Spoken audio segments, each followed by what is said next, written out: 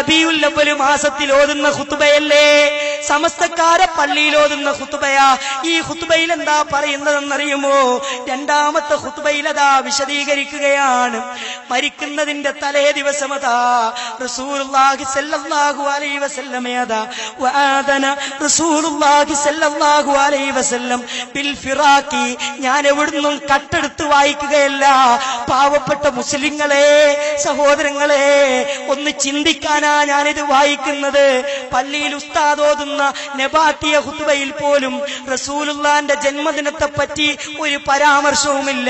മറിച്ച് നമ്മുടെ നേതാവില്ലേ, നമ്മുടെ കരളിന്റെ കഷ്ണമായ നേതാവില്ലേ, ആ നേതാവിന്റെ വഫാത്തിനെ കുറിച്ചാ പറയുന്നത്.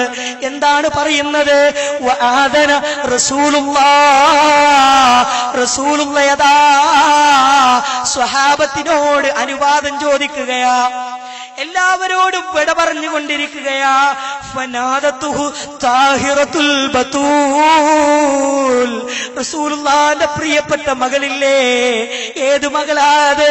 ഫാത്തിമത്തു കിത്അത്തു കബ്ദി, എന്റെ കരളിന്റെ കഷ്ടമായ ഫാത്തിമ എന്ന് പറഞ്ഞ മകളെ അല്ലാഹുവിന്റെ റസൂല് വിളിക്കുകയാ.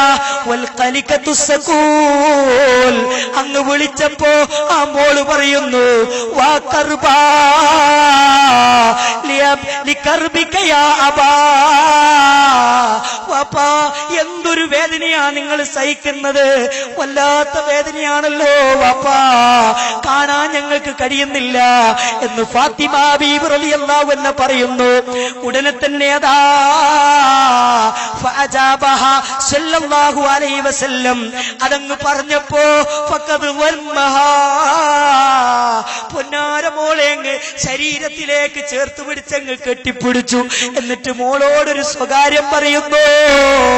ആ സ്വകാര്യം കേട്ടപ്പോ മോളതാ കരയുകയാ. വീണ്ടും കരയുന്നത് കണ്ടപ്പോ മോളെ വീണ്ടും ശരീരത്തിലേക്ക് കൂട്ടിപ്പിടിക്കുന്നു. എന്നിട്ട് വീണ്ടും സ്വകാര്യം പറയുന്നു. അതങ്ങ് കേട്ടപ്പോ മോള് ചിരിക്കുകയാ. ഇതങ്ങ് കണ്ടപ്പോ ആയിഷാ ബീവി ചോദിച്ചു പോയി, മോളെ നീ എന്തിനാ കരഞ്ഞത്, മോളെ നീ എന്തിനാ ചിരിച്ചത്? ഉടനെ തന്നെ അതാ ഫാത്തിമ റളിയല്ലാഹു അൻഹ പറഞ്ഞു കൊടുക്കുന്നു, എന്റെ വാപ്പ ആദ്യം എന്നോട് പറഞ്ഞത് ഞാനിതാ മരിക്കാൻ പോകുന്നു ഫാത്തിമ എന്നങ്ങ് പറഞ്ഞപ്പോ എന്റെ മനസ്സിലത് സഹിക്കാൻ കഴിഞ്ഞില്ല. എന്റെ കണ്ണുകളിൽ നിന്ന് കണ്ണീര് വന്നുപോയി. എന്റെ മനസ്സിന് പിടിച്ചു നിൽക്കാൻ കഴിഞ്ഞില്ല. എന്നോട് കരഞ്ഞുപോയി. രണ്ടാമത് ചോദിച്ചു, മോളെ ഫാത്തിമ നീ എന്തിനാ ചിരിച്ചത്? എന്റെ വാപ്പ എന്നോട് പറഞ്ഞു, എന്റെ പ്രിയപ്പെട്ട മോളെ, ഞാൻ മരിച്ചാൽ എന്നിലേക്ക് ആദ്യമായി കടന്നു വരുന്നത് നീയാണ് മോളെ. അതങ്ങ് പറഞ്ഞപ്പോ എനിക്കങ്ങ് ചിരി വന്നു, എനിക്കങ്ങ് സന്തോഷം വന്നു.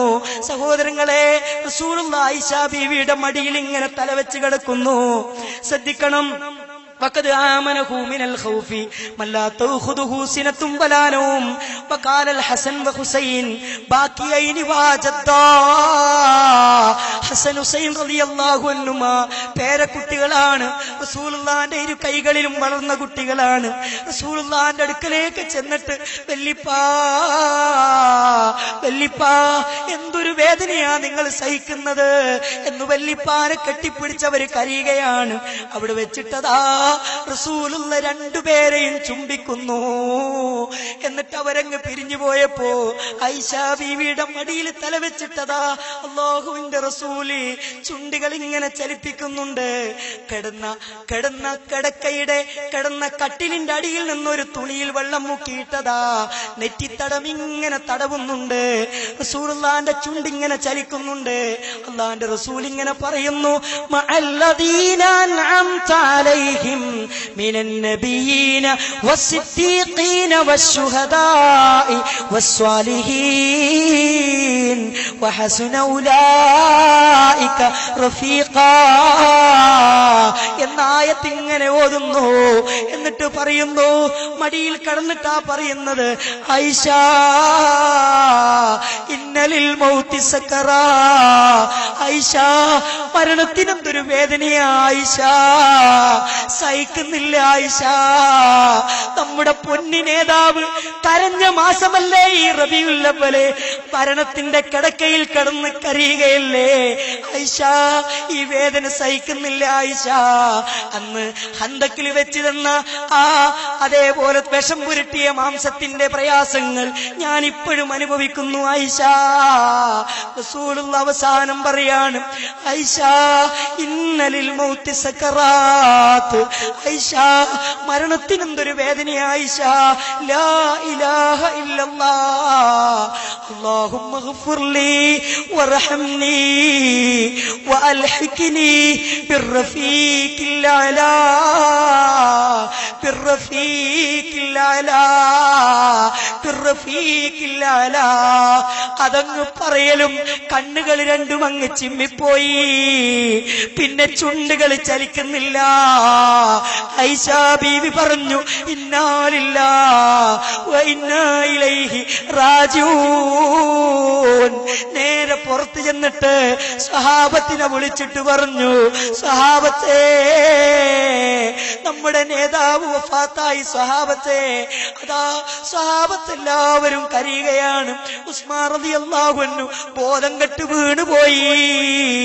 സഹോദരങ്ങളെ, നമുക്ക് സങ്കടമല്ലേ നമ്മുടെ നേതാവ് മരിച്ച ഈ മാസത്തിൽ? നേതാവ് വഫാത്തായതിന്റെ പേരിൽ നമ്മൾ സങ്കടപ്പെടുന്നവരല്ലേ? കാരണം എന്താ? അല്ലാഹുവിന്റെ റസൂലിന്റെ വഫാത്തിലൂടെ ലോകത്തിന് നഷ്ടപ്പെട്ടത് ഇനിയൊരു പ്രവാചകൻ ഇവിടെ വരാനില്ല, ഇനി ഇങ്ങോട്ട് വഹയില്ല, ഇനിയൊരു വേദഗ്രന്ഥമില്ല. അതുകൊണ്ട് തന്നെ മുസ്ലിങ്ങളെ സംബന്ധിച്ചിടത്തോളം റസൂലുള്ളാന്റെ ജനനത്തെക്കാളും നമുക്ക് പ്രാധാന്യം അല്ലാഹുവിന്റെ റസൂലിന്റെ വഫാത്താണ്, റസൂലിന്റെ മരണമാണ്. കാരണം എന്താ? റസൂലുള്ളാഹി സ്വല്ലല്ലാഹു അലൈഹി വസല്ലമ ജനിക്കുമ്പോ റസൂലായിട്ടല്ല ജനിച്ചത്. രണ്ടാമത് നമ്മൾ മനസ്സിലാക്കണം, റസൂലുള്ള ജനിച്ചപ്പോ സന്തോഷിക്കാൻ കുടുംബങ്ങൾ മാത്രമേ ഉള്ളൂ. പക്ഷേ റസൂലുള്ള വഫാത്തായപ്പോ ഇവിടെ സങ്കടപ്പെടാൻ അവിടെ കുടുംബക്കാര് മാത്രമല്ല, കോടാനി കോടാനി കോടാനി വരുന്ന മുസ്ലിങ്ങളാ ഇവിടെ സങ്കടപ്പെടുന്നത്. നേതാവും വഫാത്തായതിലാണോ നമുക്ക് പ്രാധാന്യം? റസൂൽ ജനിച്ച ജന്മദിനത്തിലാണോ നമുക്ക് പ്രാധാന്യം? ഗൗരവത്തിൽ പഠിക്കണേ മുസ്ലിങ്ങളെ. ഇനി മാത്രമല്ല സഹോദരങ്ങളെ, ഇനി ഒരുപാട് കാര്യങ്ങൾ പറയാനുണ്ട്. ഈ റസൂലുള്ളാന്റെ വഫാത്താണ് പലരും ആഘോഷിച്ചു കൊണ്ടിരിക്കുന്നത്. റസൂലുള്ള ജനിച്ച ദിവസം തിങ്കളാഴ്ച ദിവസമാണ്. ആ ദിവസത്തിന് റസൂലുള്ള പ്രത്യേകത പറഞ്ഞു, ഞാൻ ജനിച്ച ദിവസം തിങ്കളാഴ്ചയാണ്, അന്ന് നിങ്ങൾ നോമ്പെടുക്കണേ എന്ന് മുസ്ലിം ഉമ്മത്തിനെ പഠിപ്പിച്ചോ.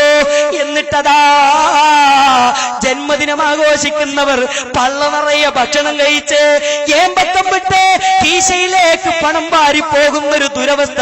പാവപ്പെട്ട മുസ്ലിമേ, എന്നാണിത് മാറ്റം വരിക? എന്നാണെന്ന് ചിന്തിക്കുക. എന്നാണ് ആഖിറത്തിലേക്ക് മടങ്ങേണ്ടവനല്ലേ എന്ന ബോധം നമുക്കുണ്ടാവുക. വളരെ ഗൗരവത്തിൽ